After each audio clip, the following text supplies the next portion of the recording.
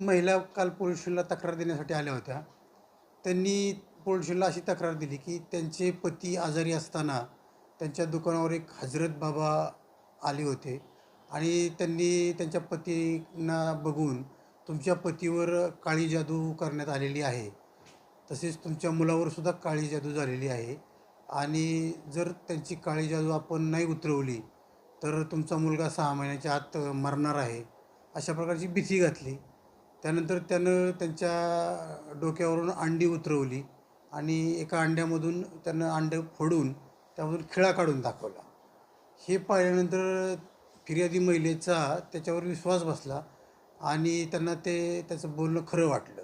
त्यामुळं तो जसं सांगेल त्याप्रमाणे हे पुढे करत गेले. त्यानंतर त्यांना मग ते एक विधी करावा लागेल काळी जादू उतरवण्यासाठी आणि त्यासाठी एका डेड बॉडीची आपल्याला आवश्यकता आहे आणि अशी डेड बॉडी मी कुठे मिळेल ते पाहतो आणि तुम्हाला सांगतो. त्यासाठी काही खर्चसुद्धा येईल असं सांगितलं होतं.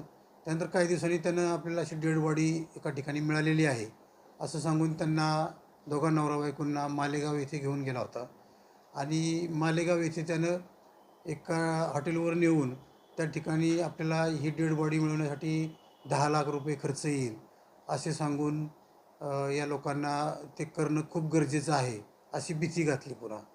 त्यामुळे यांच्याकडे पैसे नव्हते. हे त्या ठिकाणाहून परत आले.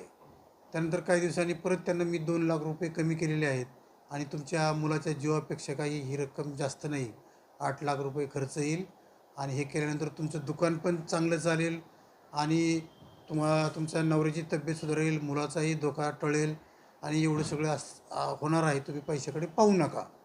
अशा प्रकारचे त्यांना आश्वासन दिल्यामुळे या महिलेनं थोडे थोडे करून त्यांना जवळपास 6 लाख रुपये दिले होते.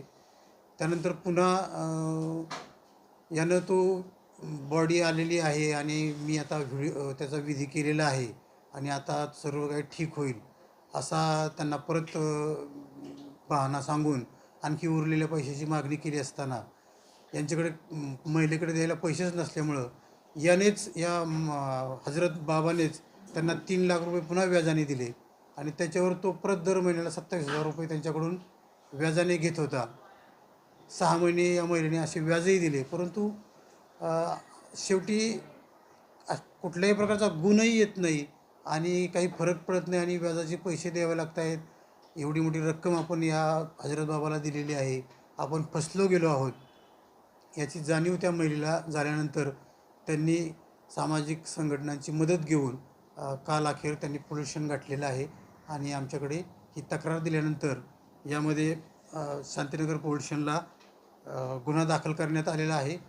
यामध्ये हजरत बाबाला अटक करण्यात आली असून आज रोजी पोलीस कस्टडीकरता न्यायालयात हजर केले होते. त्यांचा 15 तारखेपर्यंत पोलीस कस्टडी मिळालेली आहे आणि पुढील तपास चालू आहे. या महिलेकडून किती पैसे या बाबाने उकळले?